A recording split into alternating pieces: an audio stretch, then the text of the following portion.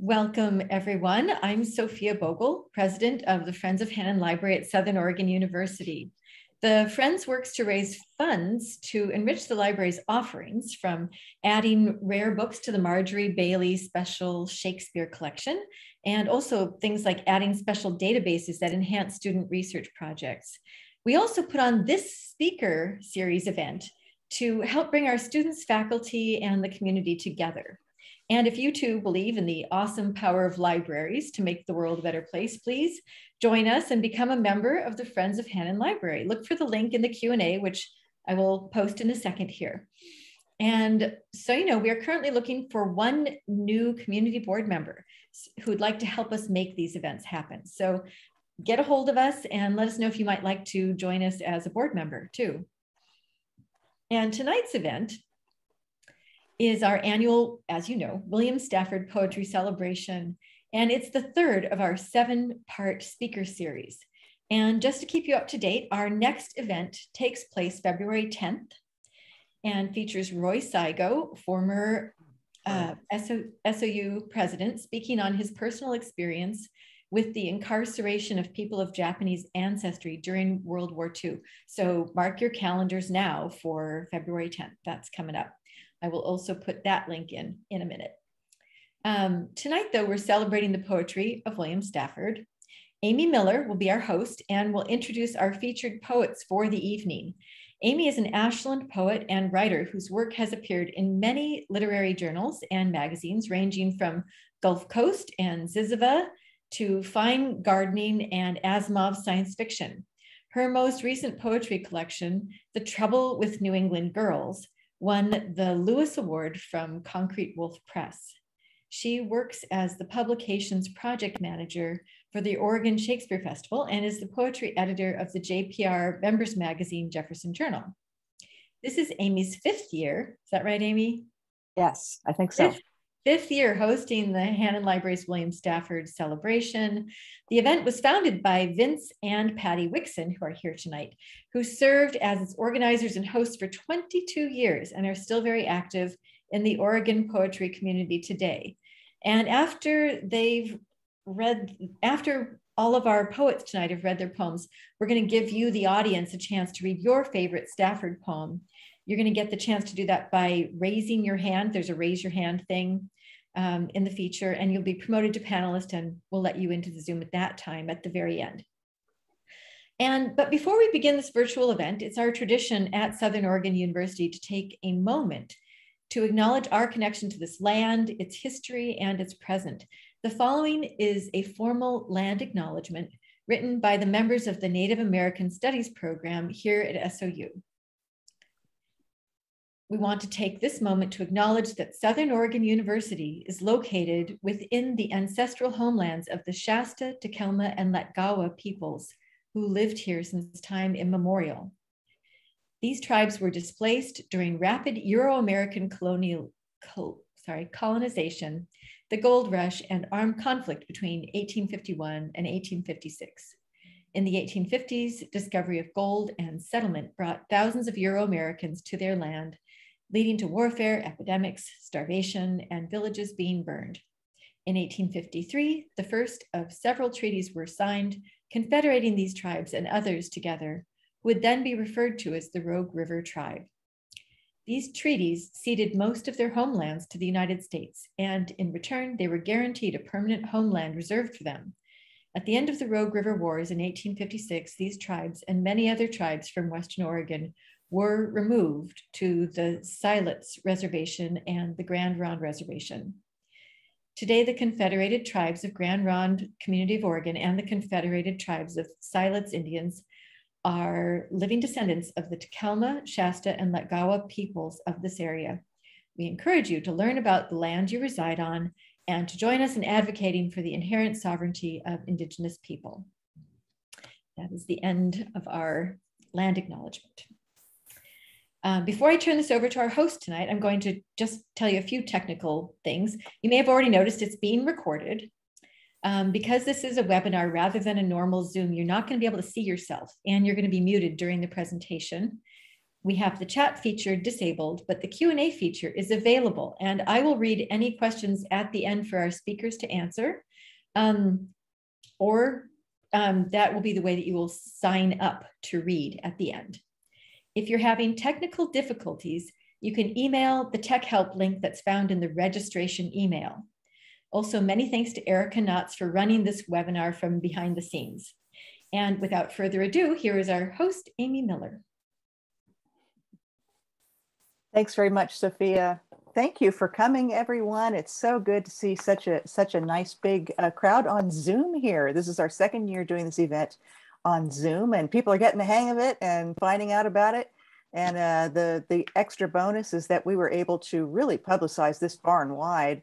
It was being publicized in Australia, the last I heard, because we can invite a whole lot more people into the room than we can in the Hannon Library, although we love the Hannon Library and we love the live event too.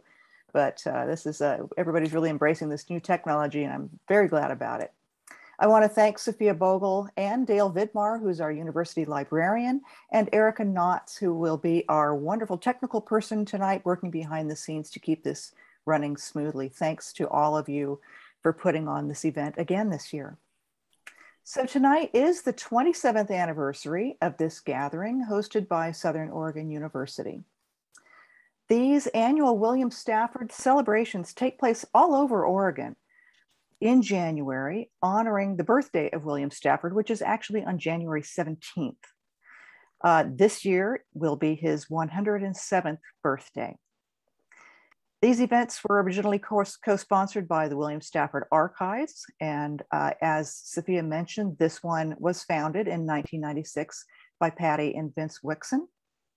And Vince will be with us a little bit later in the evening with a report from the William Stafford Archives, which, along with the Friends of William Stafford, help preserve Stafford's legacy for future generations. If you'd like to know more about either organization or get on their mailing lists, they're very easy to find online. You can go to williamstafford.org for the Friends of William Stafford, or williamstaffordarchives.org for the archives. And I believe we will have that posted in the chat pretty soon. I know that's on the list of the, there we go. They're coming up now. For those of you who aren't familiar with him, the person that we honor with these wonderful gatherings every year, William Stafford, was a poet and educator whose influence is strongly felt in the world of Oregon poetry to this day. He taught at Lewis and Clark College and traveled widely to give workshops and talks. He taught and knew many people who are attending this event tonight, which is one of the things that makes this event so powerful. He died in 1993, but lived recently enough that many people who studied with him in workshops and studied with him at Lewis and Clark College, where he taught, are still around and often are teaching and writing themselves. So people have their own recollections of Bill. And many of them come and join us for this event and help us pay respect to his memory. William Stafford served as the United States Poet Laureate from 1970 to 1971, and he was the Oregon State Poet Laureate for 15 years, from 1975 to 1990. Although Stafford is known for his poems about the Midwest and the Western United States, as well as poems about nature, his work encompassed much more than that. He was also an astute observer of politics and culture. His experiences as a conscientious objector during World War II informed much of his writing and philosophy. William Stafford published more than 65 books of poetry and prose, and during his lifetime, he wrote roughly 20,000 poems. I know I say that every year. I never get tired of that stat. Talk about a bar to hit. So thank you to the Friends of the Hannon Library for continuing this rich tradition of this celebration again this year. So the way it's going to work tonight is we are going to begin with a special guest poet, Judith Barrington, who is joining us from Portland. Judith was a friend of William and Dorothy Stafford's, and she'll speak for about 15 to 20 minutes. And then after Judith, we'll have three featured poets who will read a poem by William Stafford and one of their own. And our three featured poets tonight are Isabel Rosier Alzedo, Manya Yana Orezcan Campos, and Jay Schroeder. Then we'll have Vince Wixon giving us a report from the William Stafford Archives. He has news this year. Then we're going to take a little intermission, about 5 minutes, probably 5-7 minutes, something like that, a little bio break for anybody who needs that. And then afterward, we will have that open mic that Sophia was talking about. Everyone from the audience is invited to read a favorite poem by William Stafford. And we'll talk more about how to sign up for that as we get closer to the intermission. And then we'll have a few closing words, and that's it. So on with the show. Our first speaker is our special guest poet, Judith Barrington. Judith is a poet and memoirist. She has published 5 collections of poetry, the latest being, right here, Long Love, New and Selected Poems, 1985 to 2017. And her other poetry collections include The Conversation, Horses and the Human Soul, History and Geography, and Trying to Be an Honest Woman. She has also published 2 poetry chapbooks, a memoir titled Life Saving, which won the Lambda Book Award and was a finalist for the Penn Martha Albrand Award, and a text on writing literary memoir that is used all across the United States and in Australia and Europe. Judith is well known as a writer and much sought after as a teacher. She has been a faculty member of the MFA program at the University of Alaska at Anchorage, and she offers workshops and many conferences and writing events in the US, as well as in England and Spain. Judith grew up in England and moved to the United States in 1976. Since then, she has lived in Portland, Oregon. Please welcome our special guest poet, Judith Barrington. Thank you, Amy. Thank you so much. I was trying to remember how much time has gone by since we last met each other, which was when we gave some readings together with Judy Montgomery. And I can't remember, time has gone so odd with this pandemic. Sometimes it seems to go very slowly, and sometimes it seems to have just, rushed by. Anyway, I know it's about 2 years perhaps, and I'm very happy to see you again, Amy. And thanks for organizing this and inviting me.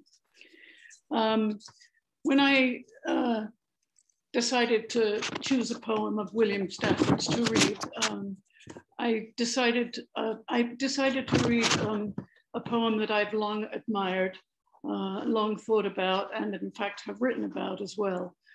That poem is called Serving with Gideon. I'm going to read the poem to you, and then I'd like to just say a little bit about the poem after I finish reading it. Serving with Gideon.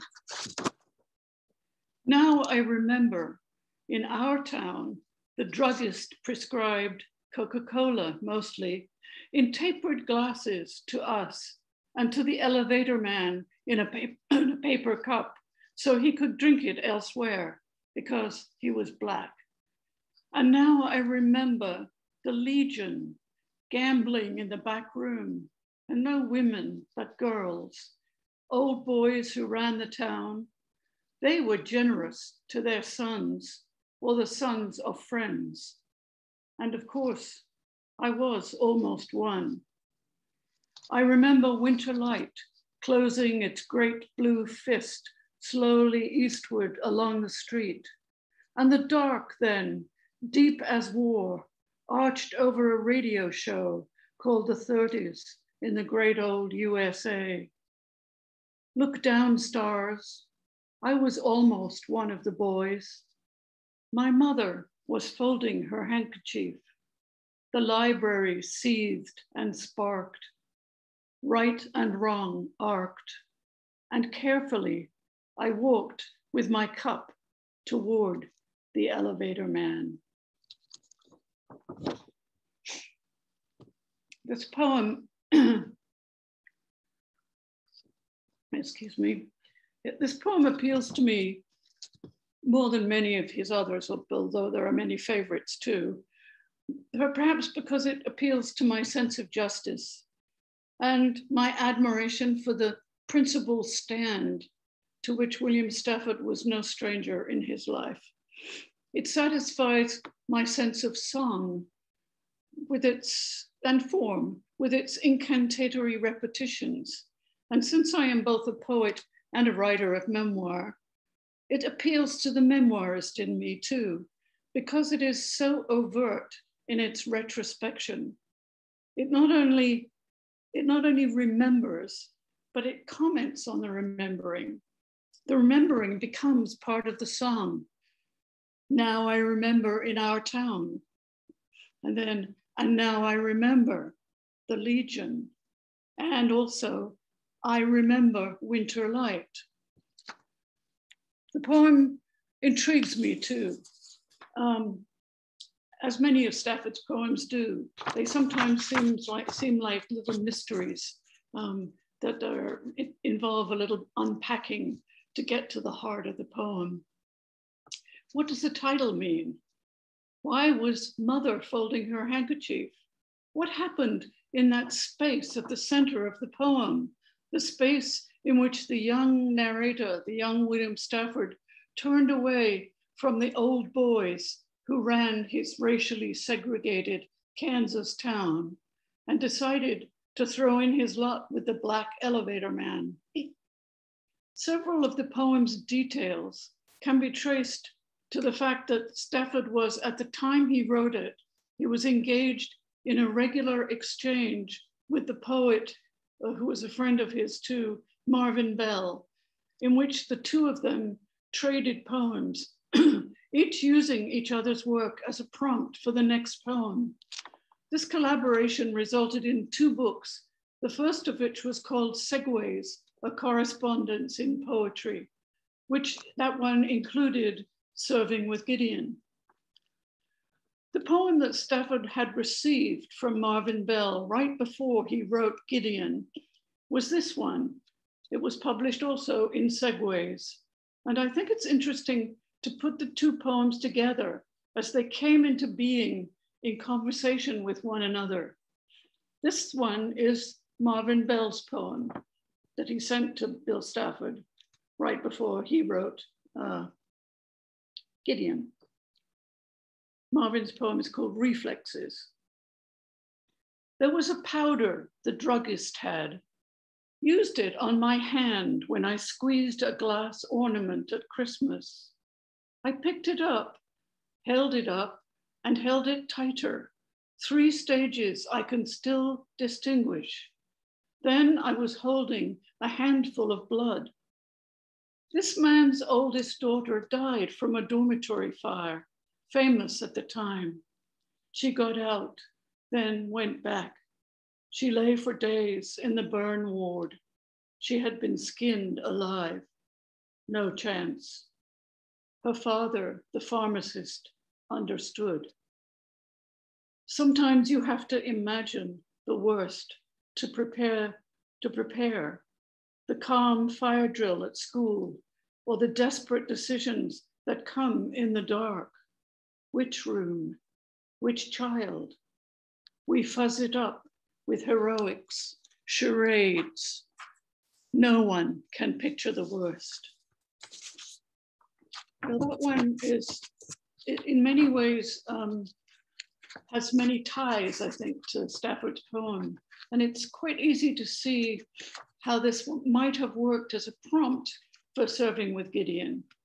Obviously, both poems have a druggist or a pharmacist in the first line of the poem, but there are other ways in which Reflexes almost seems to have set off a rhythm or a train of thought which permeates Gideon. In Marvin Bell's first stanza, he describes breaking the glass ornament in his hand, an incident that happens in 3 stages, as Bell himself points out in the 5th line. 3 stages I can distinguish. Picked it up, and held it tighter. In Stafford's last stanza, the crucial moment of decision is also described as having three stages: mother folding her handkerchief, the library seething and sparking, right and wrong arcing. It's as if both poets make time slow down while something significant happens. And almost like musicians, they divide the time into measurable units. Bell's description of breaking the glass in his hand might also have had something to do with Stafford's wonderful image of winter light closing its great blue fist. When we think about Stafford's relationship to race and racism, this poem comes immediately to mind. It's a poem that was written about in 1979, but it would be a mistake to think that was the beginning of Stafford writing about that subject. Many thanks to the current issue of the Friends of William Stafford Journal, which is edited by Tim Barnes, we can read a previously unpublished short story by William Stafford called Near to the City of David, probably written in 1947 or 48. The story tells of a small town production of a Christmas play called The Flight into Egypt, and the chance visit to that town of a Black woman and her little baby.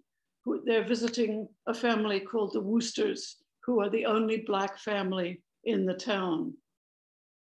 I won't spill the beans about what happens in that story, which involves the white baby who has a starring role in the play, and the Black visiting baby who is introduced to the baby, who is, of course, playing Jesus on show night.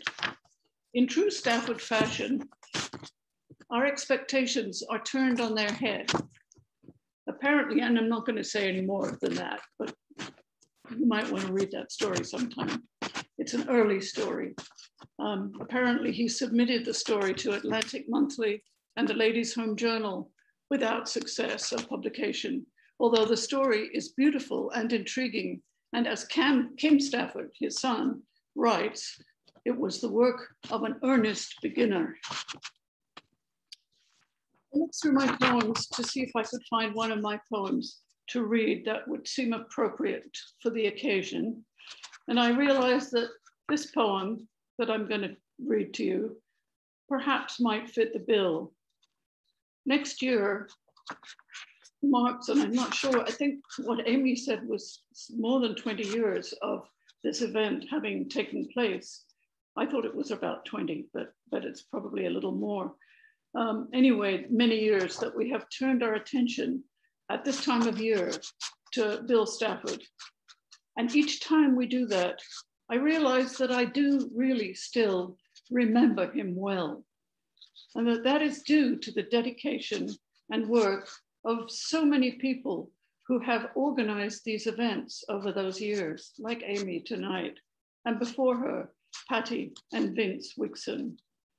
So anyway, I hope that the last line of this poem of mine speaks a little bit to what or whom we will not allow to leave.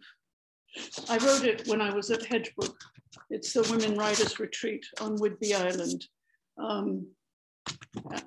Many years since I was up there, but it's a really beautiful place and wonderful, wonderful cottages, beautiful woodwork, and very nice handmade places for the writers to work.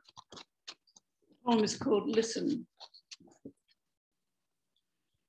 If you walk north from the cottage into deep woods and happen to look up at just the right moment, and if when you look up there, your heart is full of what you do not yet know, then perhaps you may see the owl crouched like a cat in the fork of the tallest fir. If you stand at the west window, there may be a blue heron fishing beside the bench at the pond.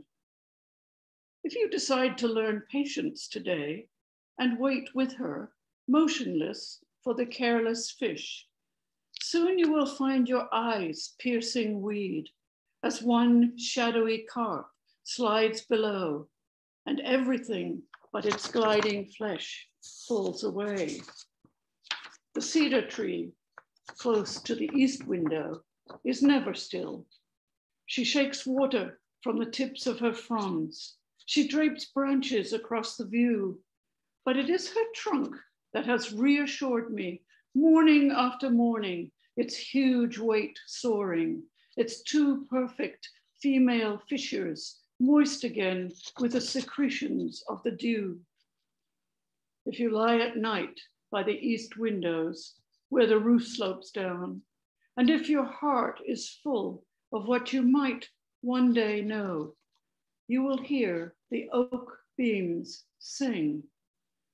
For 7 years, the sap will move as the wood, lovingly shaped to its new task, sings of the forest it left behind.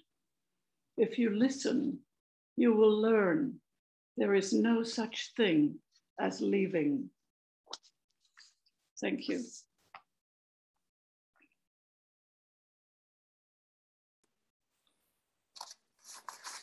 Thank you so much, Judith. So good to have you here tonight. No, thank you, Amy. It's great to be here. Yeah. Okay. Well, we're going to go on to our 3 featured poets now. Our first featured poet is Isabelle Rolsier-Alzado. Isabelle was born and raised in Paris, and she's an actress, poet, and artist. Her poetry, published locally, explores emotional landscapes and has most recently focused on her African heritage through her mother, who was born in a nomadic tribe in the Sahara. Isabelle's work engages in the dual dance of art and poetry. This has led to her newest project, inspired by her mother's Tuareg upbringing, writing and illustrating a children's story about adventures in the desert. In addition, she is currently writing poetry to accompany her recent collages, further bringing to life her ancestral identity. Her mother, she says, is a grand inspiration.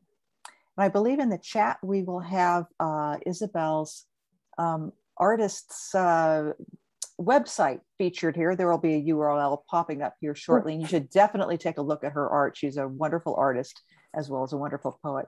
So welcome, Isabelle Rolsier-Alzado. Thank you, Amy. Thank you so much. It's an honor to be here. And I also want to thank Angela Decker, who has invited me to this celebration.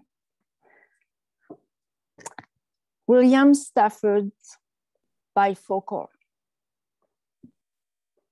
Sometimes up out of this land, a legend begins to move. Is it a coming near of something under love? Love is of the earth only, the surface, a map of roads leading wherever go miles, or little bushes.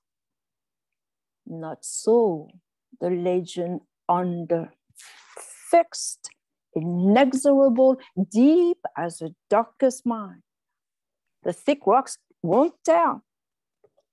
As fire burns the leaf, and out of the green appears the vein in the center line, and the legend veins under there.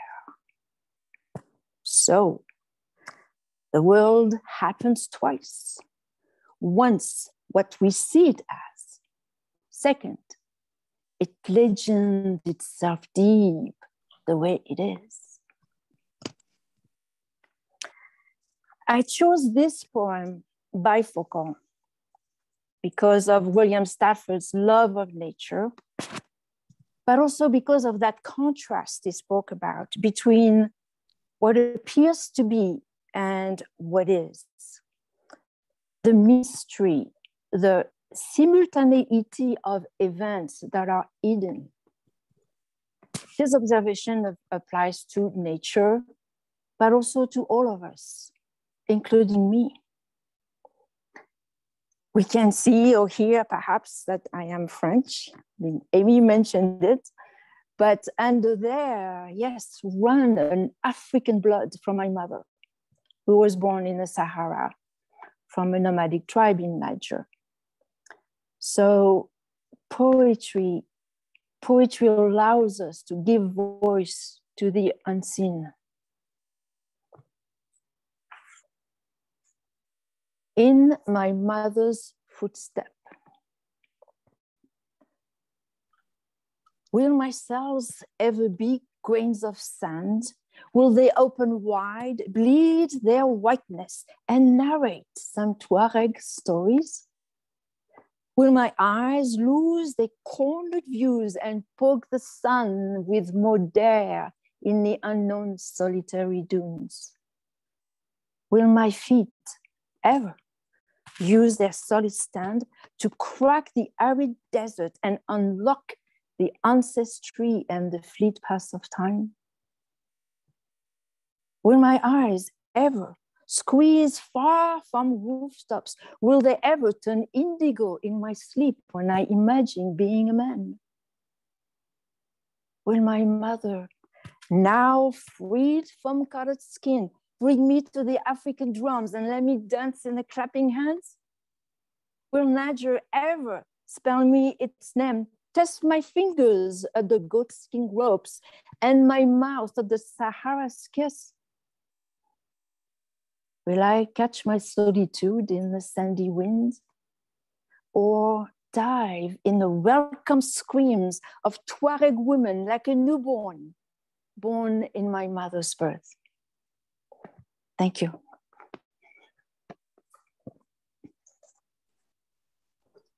Thank you, Isabel. So good to have you here tonight. Thanks for agreeing to come. Our next featured poet is Manya Yana Orezcan Campos. Manya is the daughter of Maria Esther Campos Gaitan. She is a proud Zicana of Purechepa descent, a poet, and a queer mama. She is currently working on obtaining her MFA in creative writing and is the author of 2 handmade chapbooks, Blue Corn, Mixed Masa, and the Occasional Magic Trick, and A Look of Defiance, Radiant. She has been published in We Moon, the Jefferson Journal, Essential Oil and Main Squeeze, and Ofrenda. Manya grew up between the redwoods of California, the jasmine-infested streets of South India, and the sugarcane fields of Western Mexico. Please welcome Manya Yana Orezcan Campos. Thank you so much for that, Amy. Wow, I'm so excited to be here. Thank you everyone for showing up. It just makes my heart so warm to see 98 participants just here for poetry. I am coming at the end. I just had a 10-day residency for my MFA program, so it's just been full of, I'm just generous, just poetry and prose and memoir. So I just feel really overwhelmed with art. So thank you so much. This poem that I'm going to share of William Stafford's came to me at just the perfect time this morning. It was one of those moments I was still trying to figure out what poem I was going to share with y'all. And I was having a little bit of a meltdown around being a student and student debt and being a mama and trying to juggle and balance all these things in my life. And then this poem just came to me, and it just was exactly what I needed in this moment. So thank you, William Stafford. This is called Starting with Little Things. Love the earth like a mole, fur nearsighted. Hold close the clods, their fine print headlines. Pat them with soft hands, like spades, but pink and loving. They break rock, nudge giants aside. Affable plow. Fields are to touch, each day nuzzle your way. Tomorrow, the world. It's a short one, but I just get like so many chills. And you know, it's interesting because I've been in graduate school, so it's hard for me to take my critical thinking lens off So I'm just going to share a little bit about some of the places that I went to when I decided to make the connection to my poem. It made me think a lot about peace, and that sense of peace. A part of my life, I spent very intimate with nature. And so just very rustic, off the grid, candles, no electricity, no running water, buckets from, very old school. And it made me think very much about those times and those memories as a child, and sitting by the creek, and just that beautiful connection and that harmonious connection and that intimacy. And then it made me think about Ashland and our nature here and everything that we have. And then I kept thinking about just about like that sense of peace, and then also the privilege. And it made me think, like, who gets the privilege of experiencing this intimacy with nature, this closeness with nature.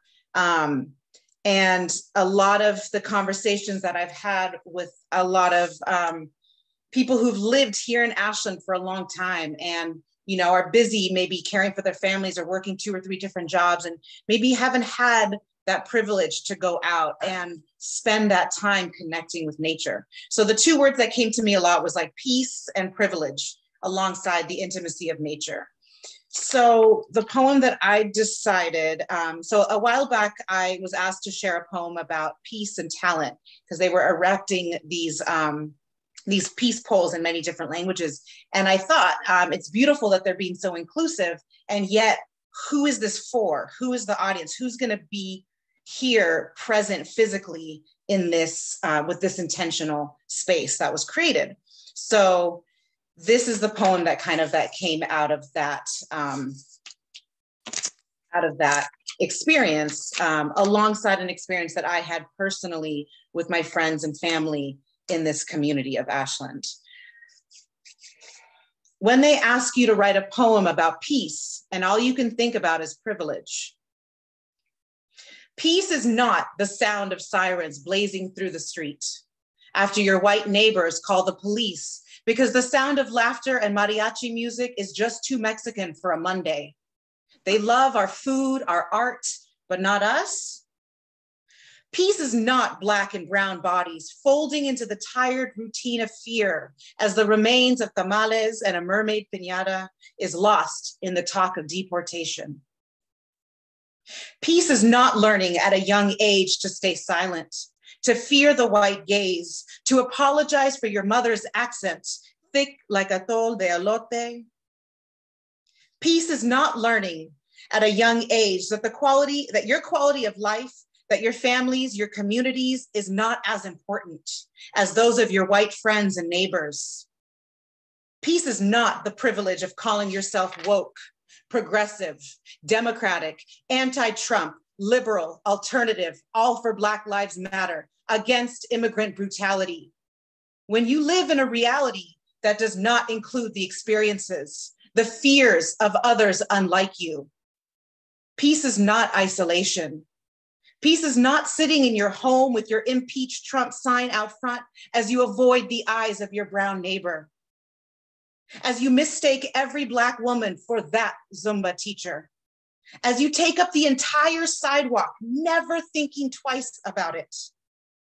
Peace is not defending a system that teaches our children that the white experience is the center of the universe, that Black and brown girls aren't important, that their hair, their skin, their story is not beautiful and valuable, that Black and brown men are born to be feared and killed. Peace is not the taste of a mother's panic as she waits in line at the welfare office, her tits dried up and spent, her throat cut like stones, while others feast on capitalism. Peace is when the screams, sharp as the blade of a machete, turn into the sounds of birds praying, their sweet voices stuck in the braids that curve down my back, my sister's back, my grandmother's back, a dark river connecting us home. Peace is the moment my mother released the words illegal alien from her lexicon.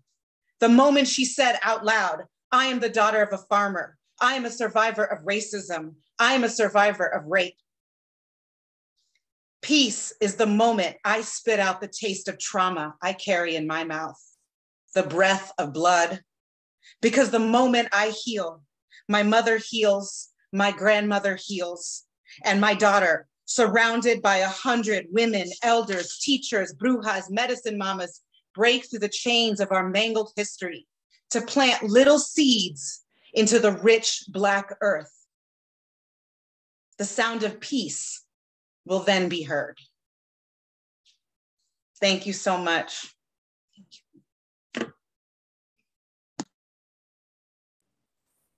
Thank you, Manya. It's so wonderful to have you here tonight.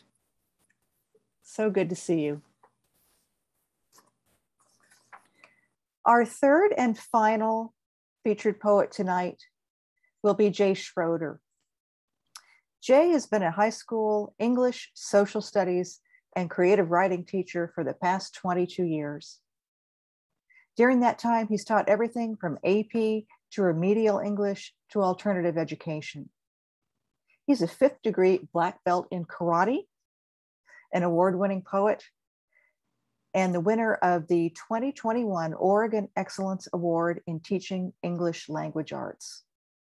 He is the founder and director of the Teach from Your Best Self Institute, an organization with a mission to support and inspire teachers.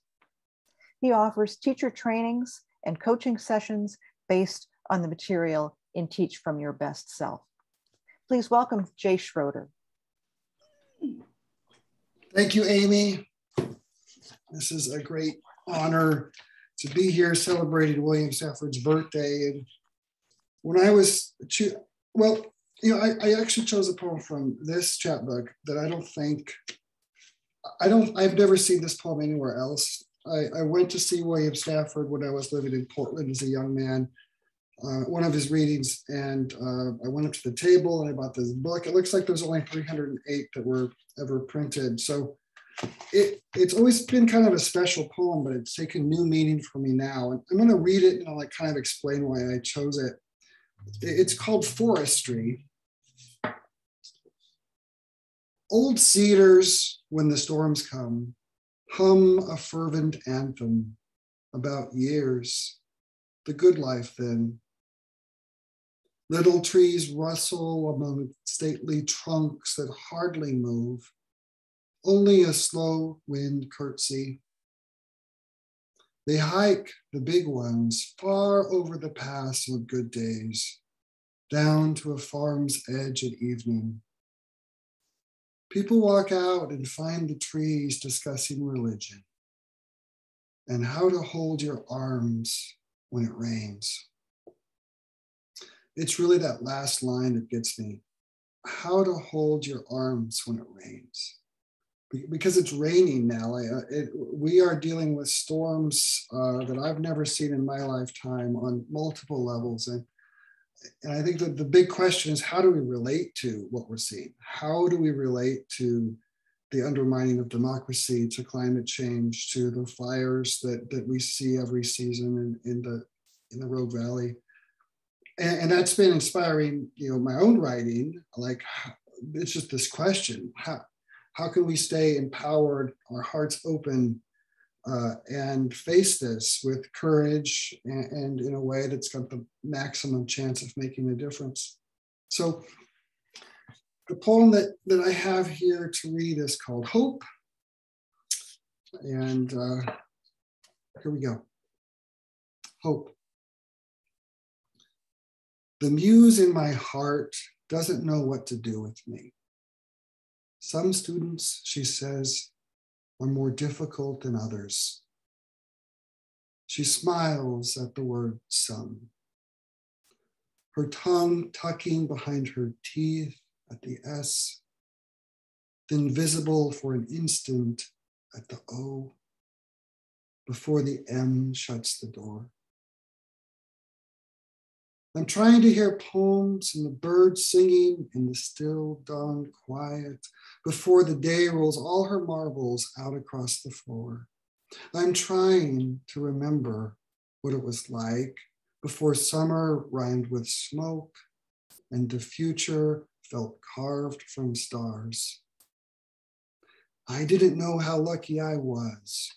When hope was a pebble on my tongue, I'm watching my poetry teacher's mouth rounding softly into the hope before closing on the puh, and then opening again on the silent. Some dark futures we enter and come out with language to light the way. Thank you.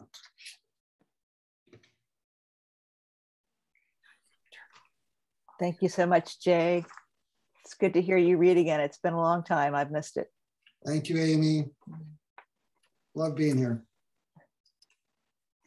Next up will be Vince Wixon giving us a report on the William Stafford archives. For the few of you out there who may not know Vince, I will say a few words about him. His most recent book of his own poetry is Laying By, which was published by Flowstone Press. In the late 1980s and early 90s, Vince co-produced videos on William Stafford, now collected on one DVD titled William Stafford, Life and Poems. He and his wife, Patty Wixon, helped establish the William Stafford Archives after Stafford's death in August 1993, then worked with the archives for many years. Vince has edited 4 books by William Stafford, and in 2014, Vince and Patty were given the Holbrook Literary Legacy Award from Oregon Literary Arts for contributions to the literary life of Oregon. Here now is Vince Wixon. Thank you, Amy, Sophia. What a crowd. It's a wonderful evening. I do have big news from the Stafford archives. Steve Paul, who worked for the Kansas City Star for over 40 years as a reporter, writer, and editor, is in the beginning stages of writing a biography of William Stafford. Since retiring, Steve Paul has published 2 biographies. The first, Hemingway at 18, the pivotal year that launched an American legend, was published in 2018. Hemingway graduated from high school in 1917 and then worked for the Kansas City Star for some months before he went to Italy to drive ambulances. And Steve Paul's other biography, just out, is Literary Alchemist, The Writing Life of Evan S. Cannell. It's like that. Cannell is the author best known of Mrs. Bridge, Mr. Bridge, and Son of the Morning Star, Custer and the Little Bighorn. Literary Alchemist is the first full-length biography of Cannell. And it received a long review this month in Harper's Magazine, and the reviewer writes in praise of the book, I quote, "Paul's approach, in which superlative research and a sensitive appraisal of Cannell's writing accrue to form a subtly vivid portrait. Superlative research and sensitive appraisal should serve William Stafford very well." Steve spent 10 days in October in the Stafford archives, visited Stafford's children, and has written an essay on 4 poems on pages 16 and 17 in The Way It Is, the Selected Stafford. I've been told that the essay will appear in the next Friends of William Stafford newsletter, so if you aren't already a member, you should become one, williamstafford.org. In an email exchange with Steve earlier this month, he wrote, "Just in recent weeks, after a travel diversion and launching of my Cannell book, I've been working almost daily to process the material I retrieved at the archives in October, more than 1,500 pages plus recordings and so on, and at the Library of Congress, in addition to some of the interviews I've conducted. My aim this year is to develop a worthy book proposal and to complete at least one sample chapter, which I'm working on now. I'm expecting to return to the archives this year." So very good news, and also good news from James Armstrong, professor at Winona State University in Minnesota, who has been researching and writing about Stafford and his place in American poetry. And last year, if you zoomed in for this celebration, you heard James himself report on his work.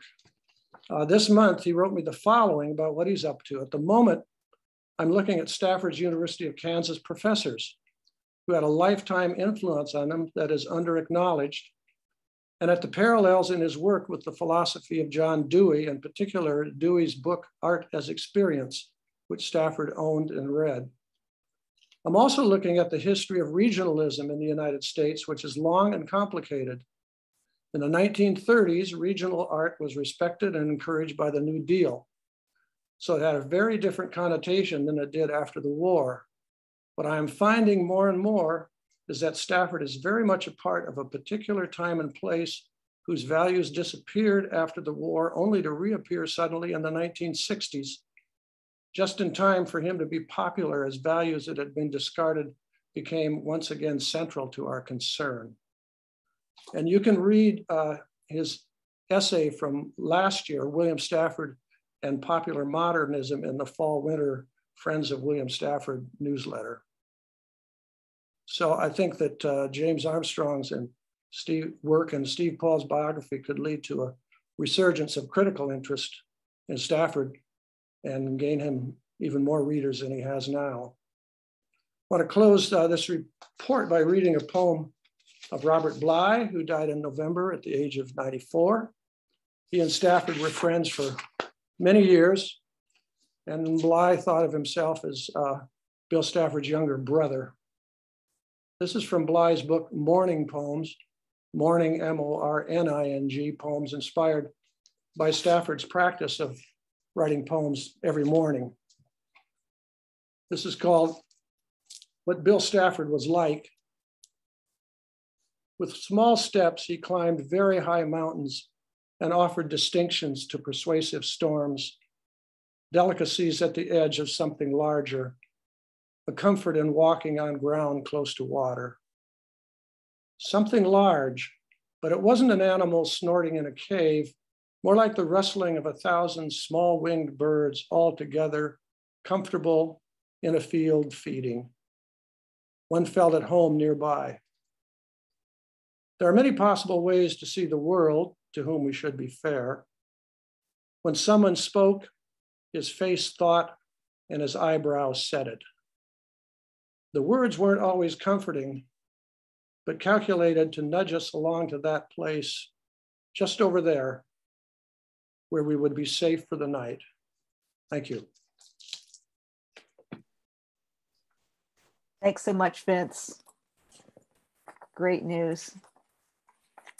Okay, before we go to our short intermission, let's see. I wonder if I could, Erica, are you listening in there? Can I ask you a couple of questions? Absolutely, I'm here. Okay, so I know that do we have a couple of options for people to sign up for the open mic? I know they can raise their hand or they can put their name in the Q&A. Is there a preference for one or the other? Should we just do it all one way or all the other? Or? So it is easier if you just use the raise your hand feature. And if you use that feature, then we'll just go in order. The way it'll work, and a couple kind of caveats with that, is that you will be promoted to be a panelist and join in. Perfect, I see people raising their hands already, that's awesome. You'll be promoted to a panelist, and so that does mean that you are consenting to being recorded. So that's the part that I wanna keep in mind as you do this, but then we'll kind of go through everybody who raises their hand, and everybody will get an opportunity to read a poem, and we'll just go through until we have no more hands raised. Okay, sounds good. So I will just keep track of the hands raised. I see we have 2 people that I'm seeing so far. Is that what you're seeing too, Erica? Yes, yeah, okay. I see 2 people. Okay, so we're all set then. And we will come back. Let's see, we will come back in about, I'm gonna say, let's say 6 minutes. It looks like my clock says 7:54. We'll be back right at 8 o'clock and we'll get going with the open mic. Okay, see everybody then.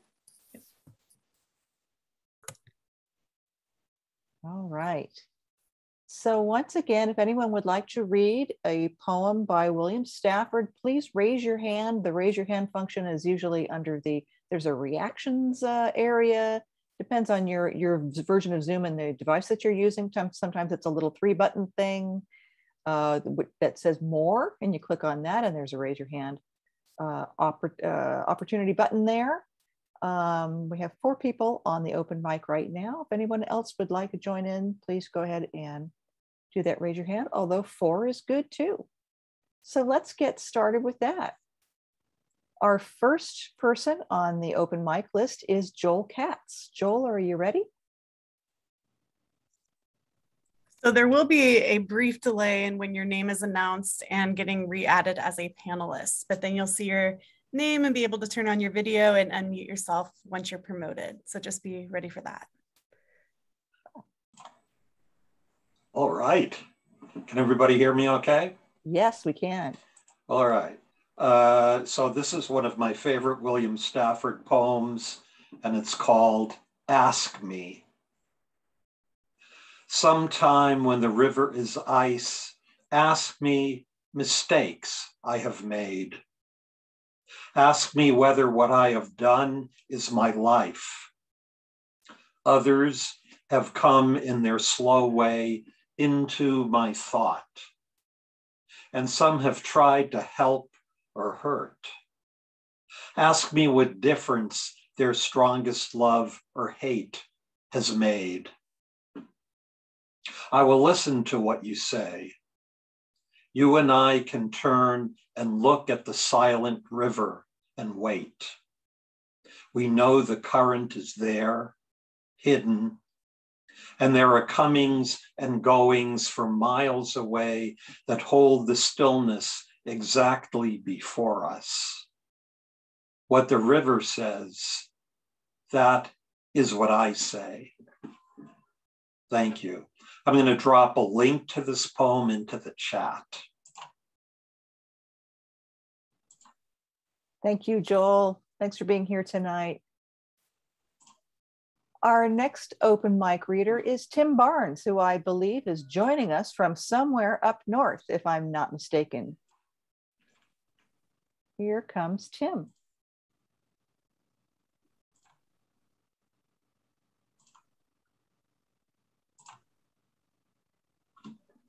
Tim, you'll need to unmute yourself, I believe.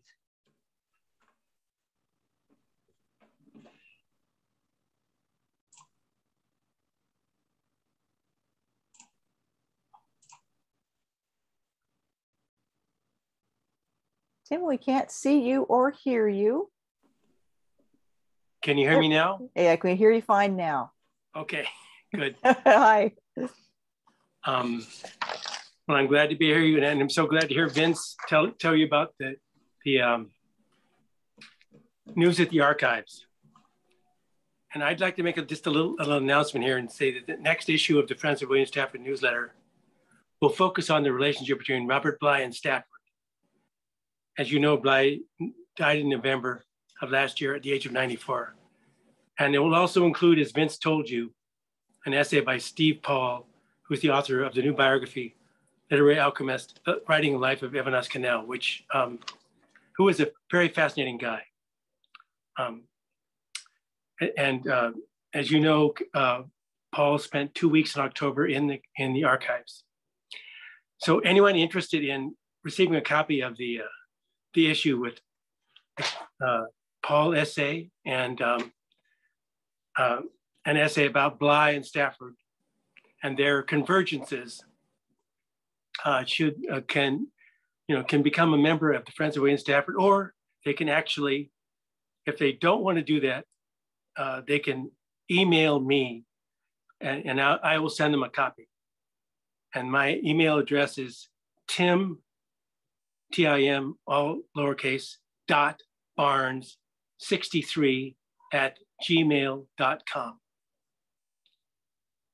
If people would like something free, they can, I would love to send them a copy of the newsletter. And this is the newsletter that Judith was reading from, was telling you this short story about. Unfortunately, people can't, we didn't make enough copies because of financial reasons for me to send this to people if they request, but it will be on the Friends of William Stafford website fairly soon. I don't know exactly when. So one of the things that I'm trying to do as the editor of the newsletter is to print uncollected William Stafford poems.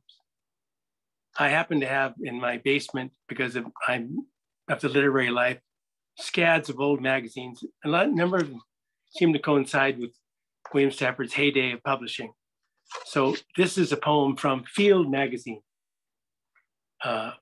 spring of 1990, called The Right Time. And it's a prose poem. The Right Time. All the lies in our town ran to the river one summer night and jumped in. It was after a band concert in the park, full moon, fireflies, ice cream on the way home. And like a hive of bees, the lies just up and left. They couldn't stand it anymore. I sat on the front step and watched through the moonlight hours.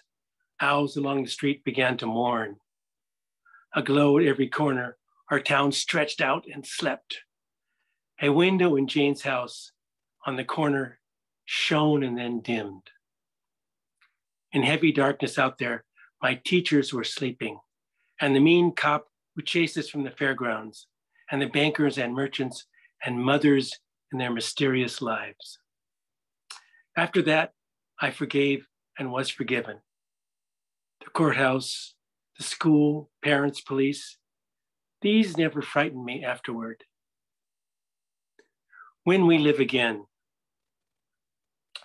when Crazy Horse comes back and buffalo dot the hills, one little shadow will wait off to the side. It will be staring through a thin row of trees at a full moon floating and waiting when the lights go off in a town late and still on a summer night. Thank you. Thank you, Tim. I'm amazed that you mentioned that it's a prose poem, and I don't recall ever seeing a prose poem by William Stafford. Am I totally off base there, Vince or Tim, our two resident experts? There aren't very many. There is one in The Way of It Is in the first section. Okay. Yeah. I'll go find it. Great. Thank you so much, Tim, for coming tonight. Next on our open mic list is Peter Yeager, a regular at these events. Hi, Peter.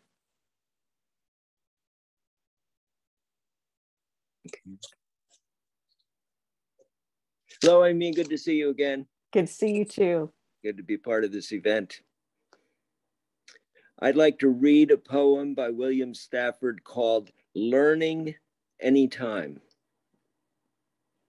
We were singing one day about justice, and a piece of iron fell somewhere down the street. At least I think it was justice. It was iron, all right. One time we were early for the rainbow. Lightning waited, crawling for a place to go. It would decide in a minute and then forget in the gray cloud and maybe stay home. It is hard to learn that zigzag before it happens, and not much use after it's gone. You hold your head still and wonder about the world. You can't catch it, no matter how far or wide or hard. Strange how things in the world go together, even when you don't try. How music permeates metal. How a burden you carry takes on a color or leads to a dream you are going to have when the burden is gone. Learning, they call it. This anticipated lightning, this thinking around an event and bringing it right. It is hard to tell if the connection is yours or the world's. it all comes together and you say, I know. But the biggest things and the smallest things keep right on. What's the difference if you understand? The heavy will keep on being heavy, and the things that will get you just the same. Learning Anytime appears at page 179 in The Way It Is. Thank you. Thank you, Peter. Next up on our open mic list is our local ornithologist celebrity, Pepper Trail.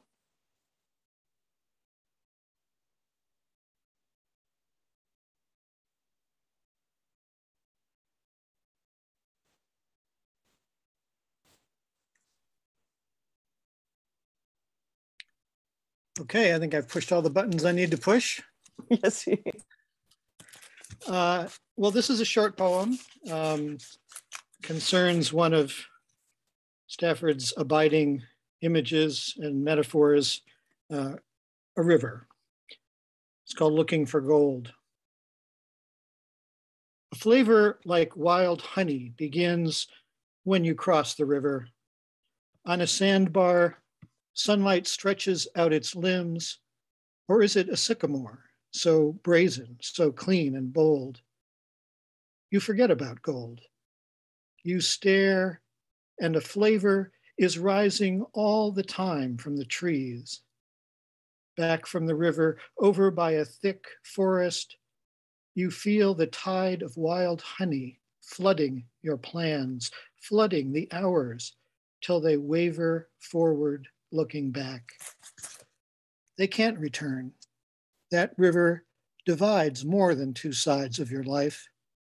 The only way is farther, breathing that country, becoming wise in its flavor, a native of the sun.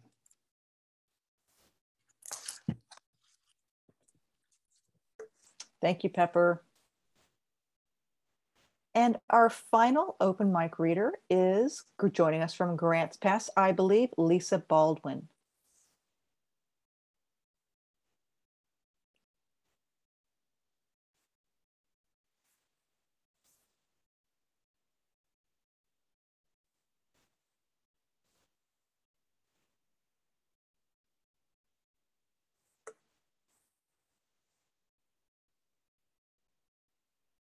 There she is.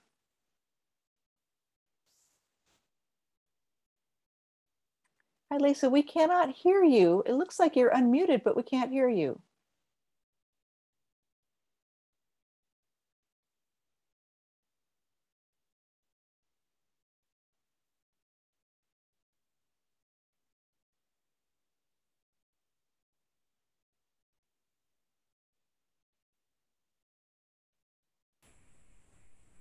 Now am I unmuted? Now we can hear you great. Yay. Okay, hello. Hi. Good to see you, Amy. You you for doing this every year. It's so wonderful. It's a joy. And I just want to say that I have a special affinity with William Stafford because we share a birthday. So it's coming up. It's Happy coming birthday. up. Yes, and we did share it also with Betty White. So I know it's a sad day. So I'm going to share, this is one of my favorite Stafford poems. And I don't know, it's widely anthologized, but I hadn't seen it for a while or read it for a while. And then Kim Stafford had posted one of his new poems. It made me think of this poem of his dad's. So it's at the Unnational Monument along the Canadian border. This is the field where the battle did not happen, where the unknown soldier did not die. This is the field where grass joined hands, where no monument stands, and the only heroic thing is the sky. Birds fly here without any sound, unfolding their wings across the open. no people killed or were killed on this ground, hallowed by neglect and an air so tame that people celebrate it by forgetting its name. Thank you. Thank you, Lisa. That's a great poem to end on, one of my favorites. Okay, let's see. I know the last call went out for raised hands for the open mic. It looks like we've got everybody here. Thank you so much to everyone who came to listen, who came to speak. Especially all of you who've never been here before. I expect we had probably a lot of new people here tonight because we've got a big crowd, and thank you so much for coming. I wanted to say that if you are in the Rogue Valley and you're interested in joining a poetry group or getting more involved with poetry, the Oregon Poetry Association has a Rogue Valley chapter that in normal times meets in Medford. I'm not quite sure what their meeting form is taking right now, if they're on a hiatus or if they're doing things via Zoom or whatever. If you Google Oregon Poetry Association, that will give you the state website. They have chapters all over the state, and there is a Rogue Valley chapter, and that will probably show you how to get in touch with those folks. OregonPoets.org is the OPA main website, OregonPoets.org. I'd like to thank again Sophia Bogle and Erica Knotts for making this possible tonight. Wonderful hosts as always. They make it so easy for all of us here. And I'm going to turn you back over to Sophia Bogle now. Thank you all for coming. Yes, thank you all for coming. And Amy, you did a wonderful job, as well as all the poets. It just warms my heart. I love poetry. Poetry is my favorite. So that's great. I just want to remind everybody that we are the Friends of Hannon Library. We welcome your membership. We welcome your participation here at these events. And just want to thank you for being here. And that's it. Have a great night, everyone.